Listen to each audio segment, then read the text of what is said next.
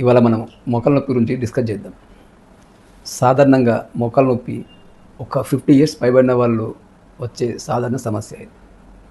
చాలా కారణాలు ఉన్న మోకాళ్ళ నొప్పికి అతి సాధారణ సమస్య ఏంటంటే మోకాల్లోని కార్టిలేజ్ అరగల వల్లనే ఎక్కువ మందిలో మోకాళ్ళ నొప్పి వచ్చే అవకాశం ఎక్కువ ఉంటుంటుంది. మోకాళ్ళ నిర్మాణం ఎలా ఉందంటే ఇదంతా మోకాళ్ళ నిర్మాణం. దీని ఫీమర్ అంటాము, థై బోన్ తొడ ఎముక, ఇది టిబియా అంటాము, షిన్ బోన్, ఇది నీ క్యాప్ పటెల్లా అంటుంటాము. ఒక 4 లిగమెంట్స్ ఉంటాయి. ఈ ఫీమర్కి టిబియాకి మధ్యలో ఈ కార్టిలేజ్ అనేది ఉంటుంటుంది. ఈ కార్టిలేజ్ అరుగుదల వల్లనే ఈ పెయిన్ అనేది వచ్చే అవకాశాలు ఎక్కువ ఉంటుంటాయి.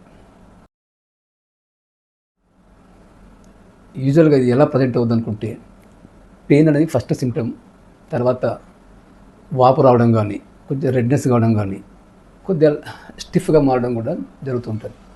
కొద్ది మందిలో మెట్లు ఎక్కినా దిగిన క్రాక్ సౌండ్స్ కానీ, పాప్ సౌండ్స్ కూడా వచ్చే అవకాశాలు ఉంటుంటాయి. దీన్ని ఎలా డయాగ్నోస్ చేస్తాం? ఎక్స్రే ఒకటి, అల్ట్రాసౌండ్ ఒకటి, ఎంఆర్ఐ, సిటీ స్కానింగ్, ఇలా వివిధ రకాల టెస్టుల వల్ల డయాగ్నోస్ చేస్తాం. X ray simple and best method. ఇంటర్నేషనల్గా ఒక 4 స్టేజ్లు విభజించారు ఎక్స్రే ద్వారా, గ్రేడ్ 1 to 4 వరకు. దేని మీద అంటే డిపెండింగ్ ఆన్ ద కార్టిలేజ్ అరుగుదలతోటి 1 to 4 దాకా ఉంటాయి.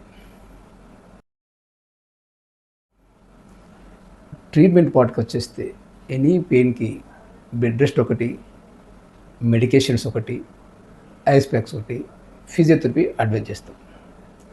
మోకాళ్ళలో అరుగుదల యూజువల్గా అధిక బరువులతోటి ఎక్సర్సైజ్ చేయని వాళ్ళలో ఎక్కువ వచ్చే అవకాశాలు ఉంటుంది. వీరిలో ఒక ప్రాపర్ వెయిట్ మెయింటైన్ చేయడము, ఒక ప్రాపర్ ఎక్సర్సైజ్ చేయడం ద్వారా, సైక్లింగ్ చేయడం వల్ల అరికట్టవచ్చు. ఈ కార్టిలేజ్ అరుగుదలని కొన్ని మెడికేషన్స్ ఉన్నాయి, గ్లూకోజమైన్స్, ఇట్లా డయాసిన్స్, అట్లా బోస్విల్లా, ఈ మందుల ద్వారా అరుగుదలను అరికట్టడానికి చాలా మెడిసిన్స్ మార్కెట్లో ఉన్నాయి. అవి మనం ఓరల్గా తీసుకొని బ్లడ్లోకి వెళ్ళినాక వీడికి వచ్చి ఎఫెక్ట్ చేయడానికి చాలా ప్రాసెస్ ఉంటుంది. సో మా హాస్పిటల్లో మేము ఏం చేస్తున్నామంటే కొన్ని రీజనరేషన్ మెథడ్ ద్వారా ఈ కార్టిలేజ్ అరుగుదలని రీజనరేషన్ మెథడ్ ద్వారా తగ్గించడానికి కొన్ని మెడికేషన్స్, కొన్ని ప్రాసెస్లు ఉన్నాయి. అవి ప్లాస్మా థెరపీ ఒకటి, తర్వాత మీసెంకైమల్ సెల్స్ ఒకటి, అడిపోస్ సెల్స్ ఒకటి, కొన్ని స్టెమ్ సెల్ ద్వారా ఈ కార్టిలేజ్ అరుగుదలను తగ్గించడానికి ప్రయత్నం చేస్తున్నాం.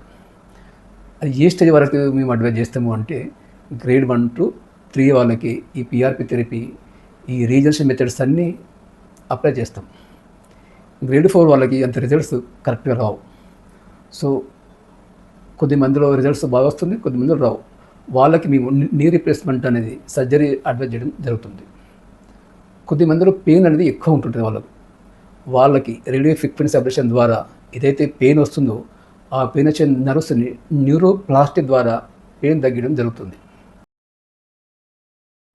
కొద్ది మందిలో సర్జరీ అవసరం ఉన్న వాళ్ళు కూడా సర్జరీకి ఫిట్ గారు.